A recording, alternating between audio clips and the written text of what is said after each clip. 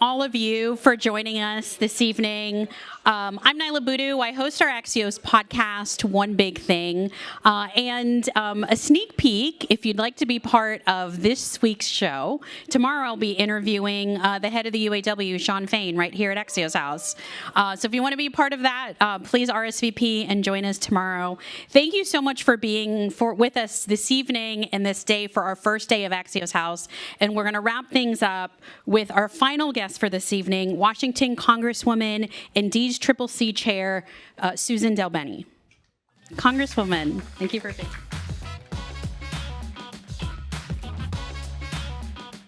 Thank you for being here, Congresswoman. Absolutely. And welcome to Axios House. It's great to be here.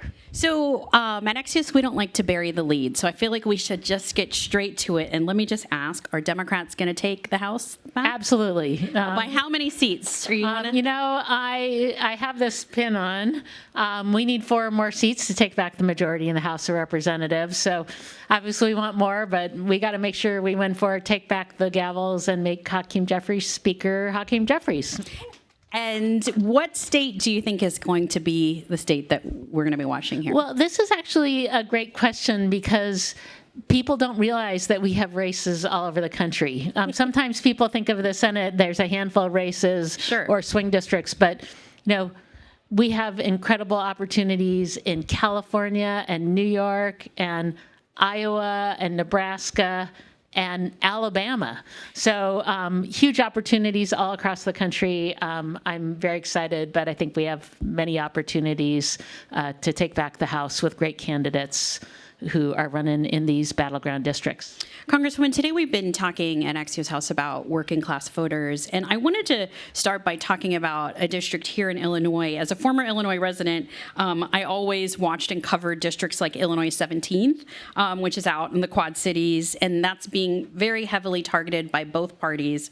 What is your pitch to the Rockford voter who may have voted for Donald Trump in the last election, or both of the last election cycles? Well, I think the first thing we always do is we listen. We listen to voters and ask them what their concerns are, what the challenges are that they face in their region, because that really informs the work that we need to do. And I think, when I first ran for Congress, I also ran in a purple district, in a swing district, and I was one of those folks, a frontliner in a tough re-election. And the most important thing for me was to hear from folks. What did they say? Yeah. Well, because sometimes you actually agree on things and you use different word and language. When I was first running, it was a lot of discussion about the Affordable Care Act. And I remember talking to a gentleman, he was a truck driver in a very rural part of my district. And we started talking about healthcare, and he was just like, Democrats.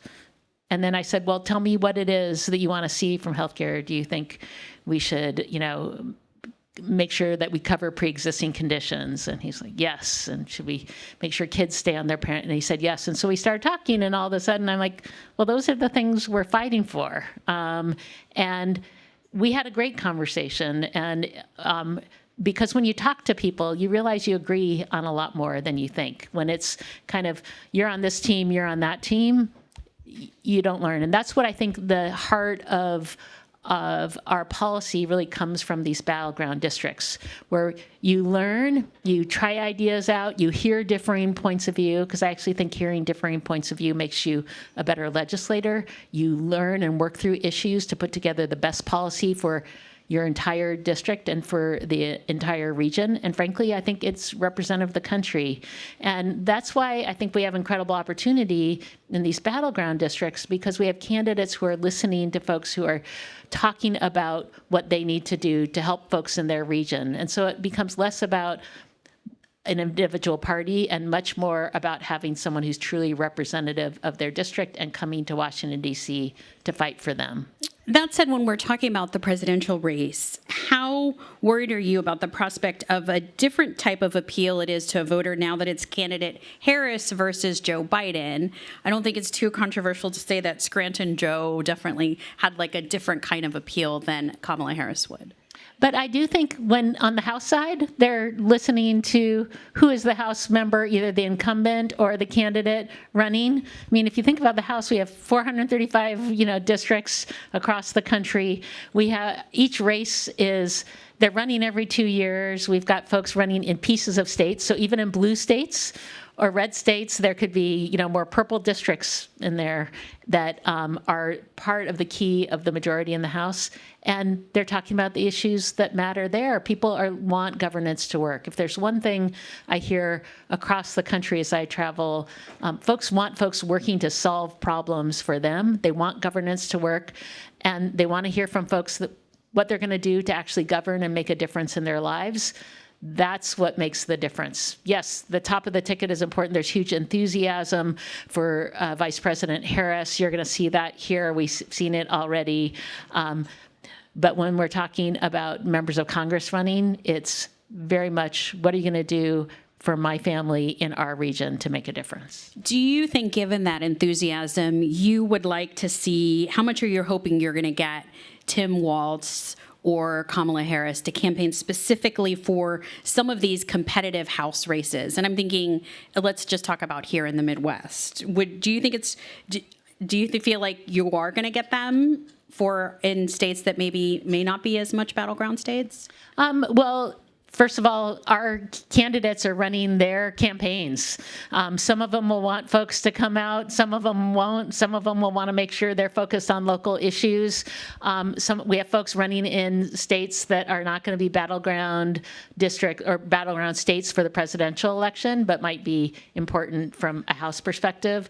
So, Right, so that's what I was wondering. For those, do you feel like if you're not going to get them, like, who would be your ideal as DCCC? Like, who would you like to see the surrogates showing up to campaign on? Well, but it's different. And I'm not avoiding your question, actually. It's different depending on the district and who you ask. There are different folks that people want to bring in, given what's critical in their district, given the demographics of their district and the issues of the district. So I actually, as DTRIP chair, support our folks by asking them, tell me who you want to see. Tell me who the folks are that you think are going to be important messengers in your district, and we'll kind of work to help get those people to come. But frankly, it can be very different depending on who you ask across the country. And that's actually a great thing, because it really highlights that we have independent, results-oriented candidates and incumbents running for re-election all across the country, as opposed to Republicans that we're running against who really have gotten to a point where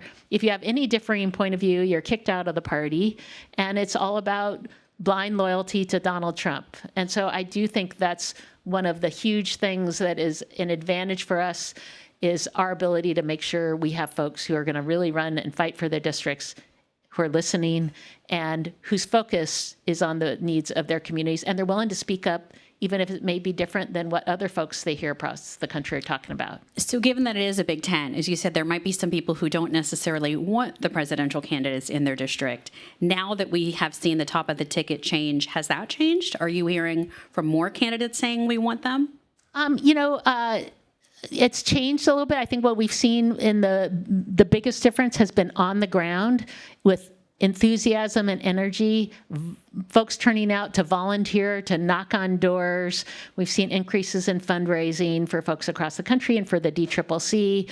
All of that because folks are very, very excited, engaged, and know how important not only it is to elect Vice President Harris and Governor Walz to the top of the ticket, but also how important it is that we take back the majority in the House of Representatives. To truly get things done, we need a Congress that is going to be functional, that's going to focus on the work of the people, and we have that opportunity. But right now, we've got chaos, dysfunction, and extremism in the House of Representatives. You've all seen it from day one with 15 rounds of speaker elections, threats of shutdowns, and even more recently, we got sent home early in July because Republicans couldn't agree with Republicans.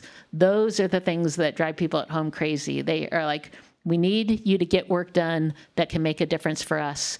Go work, make that happen. And that's a huge priority for us. And it sounds like those are the things that you are expecting Democratic candidates to be verbalizing to local voters as well. Right. They're absolutely Would you say that's sort of one of the main message points? The main message points are, as I said earlier, people want to see governance work. So responsible governance versus extremism. They want folks who are focused on growing and supporting the middle class versus tax cuts for the wealthy and well-connected. They want folks who are going to be there to address the needs of their communities and who are going to govern. And that's a huge contrast. This election really is about contrast. They also want folks who are going to stand up for their rights and their freedoms and our democracy. And so that's a key point of this election, too. And people feel that everywhere. Standing up for reproductive freedom, standing up for voting rights. These are also key issues across the country. Right. I was going to ask you about reproductive rights. Joe Biden had a hard time saying the word abortion. Kamala Harris has visited abortion clinics. I'm thinking about earlier in the day, Representative DeLoria was talking about women and female voters. What are you seeing? And obviously, reproductive rights is not just a female voting issue, but what are you seeing among constituents around organizing around that? It has been powerful all across the country since the Dobbs decision. We have seen voters turn out in special election after special election since November of 2022 to stand up for reproductive freedom. And remember, that's in states like Kansas and Ohio, in Virginia in the state assembly, in Wisconsin, where they had a Supreme Court race, even in Alabama. After their state Supreme Court made the decision on IVF, you saw a state legislative seat swing from red to blue by about 30 points. We've seen strong turnout because this is an incredibly important issue. We know for women it is just a flat-out red line issue. They're not going to vote for anyone who doesn't support reproductive freedom. And abortion's going to be on the ballot in many swing states across the country, too. So when we see the enthusiasm that we have seen all throughout this cycle, there's no doubt we're going to continue to see that. This is about basic health care. We've seen women being denied health care. We've seen doctors talk about not being able to do their jobs in certain states, and Republicans want to put in place a nationwide abortion ban. So incredibly clear, a critical issue, and we've already seen the impact across the country, and we're going to see it in November, too. Tomorrow, your colleague, Representative Veronica Escobar, is going to be here. And I wanted to ask you about the border. We were just talking about border issues within the UK. Given how much of a topic this has been nationally here in the U.S., do you see that the message from Democrats would be different in a border state versus maybe here in the Midwest? I actually think it's really important that folks take this issue straight on and talk about how important it is and the relevance in their districts. My good example would be New York 3. We had a special election in February to take back New York 3. Tom Suozzi won. That was got a lot of national attention. But one of the issues in New York was the migrant crisis. And Republicans brought it up over and over again, and Tom Suozzi addressed it head on. He called Republicans out for walking away from a bipartisan deal that they helped negotiate, but Donald Trump told them don't vote for it, so they all voted against it. And Tom talked about what he would do to help address the issue for his community. In fact, I think he's speaking on the floor here in a couple days. And that was critical. Voters voted for him because he actually talked about what he would do, what his policies would be. He took it head on. He did not avoid the issue. And Republicans had no solutions. They just wanted to see things broken and point fingers. But they weren't willing to put any policy together. They are, in terms of blind loyalty to Donald Trump, this was literally Donald Trump saying, don't vote for it. A policy solution, which was bipartisan, fell apart for that simple reason. In your home state, I'm thinking of the 3rd Congressional District and the past cycle, Democrats won by less than 1 percentage point. I think it was 2,629 votes. And with all, I think, the national attention and conversation on battleground states, and you hear people saying this election is going to be determined, the presidential election is going to be determined in a handful of states. As DCCC chair, how do you get the message out to people that their individual vote in their state and in their district can be very important? Well, as a DCCC chair from the great state of Washington, I might talk about this particular race a lot to highlight to folks how critically important it is, because the 3rd District in Southwest Washington is one of 5 districts we have across the whole country that Donald Trump won in 2020, but that a Democrat is actually representing that seat. Marie Gluesenkamp-Perez in Washington is one of them. Mary Peltola in Alaska, Jared Golden in Maine, Marcy Kaptur in Ohio, Matt Cartwright in Pennsylvania, all representing districts that Trump won. But they are strong, independent voices for their district. People trust them and vote for them. Marie Gluesenkamp-Perez in Washington's 3rd District is running against one of the most extreme MAGA Republicans out there. And that's saying a lot, because we've got some folks who are very extreme. He might put a new point on the map in terms of extreme, supporting white nationalism. This was the same person she ran against last time. And she has been a strong, strong voice for her community. She has been an independent voice for her community. And they're attacking her up on the air. We are making sure that she has the resources to continue to get out the message and really tell the work that she's done. And I think she's doing a great job. And so, but this is important to take back the majority. We need to keep the seats we have, and we need to pick up 4 more. But she's doing a great job. I think folks have incredible respect for her, frankly, on both sides of the aisle. And she's doing a great job. I'm excited for her to be coming back to Congress, next Congress.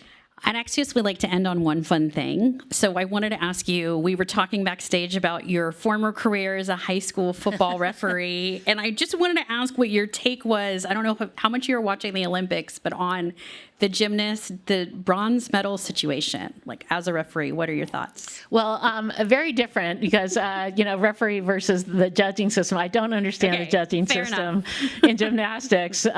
But I will say, as a high school referee, it was probably one of my the best training I could get for Congress. You have to. How's that? You make a decision. You get the information you can. You make a decision based on the information you have. Probably no matter what you do, someone's mad at you. But really, the most important thing you want to do is make sure that the game is less about what happens from a referee call and more about the 2 teams playing. But I was a football fan. It was a great experience. But it definitely is you're on the spot all the time, and very, very important. So I know they always need more referees, especially for high school and sports for young people across the country. I feel like you and Governor Walz could probably do a good campaign on that. So whatever your sport is, go out there and help. Well, Congresswoman DelBene, thank you so much for being with us. Thank you. A reminder to our audience, we would love for you to return tomorrow for Axios House for part 2 of these conversations. We'll be hosting conversations with Congressman Jim Clyburn, Senator Gary Peters, and as I mentioned, tomorrow we'll also host interviews with UAW President Shawn Fain, Valerie Jarrett, Congressman Ruben Gallego, and New York Governor Kathy Hochul will also be here. So to check out the whole lineup, just go to axios.com/events. Please stick around, enjoy a drink or 2 while we catch DNC primetime programming. Of course, there are Chicago-style hot dogs in the corner, so appropriate. Thanks for being here.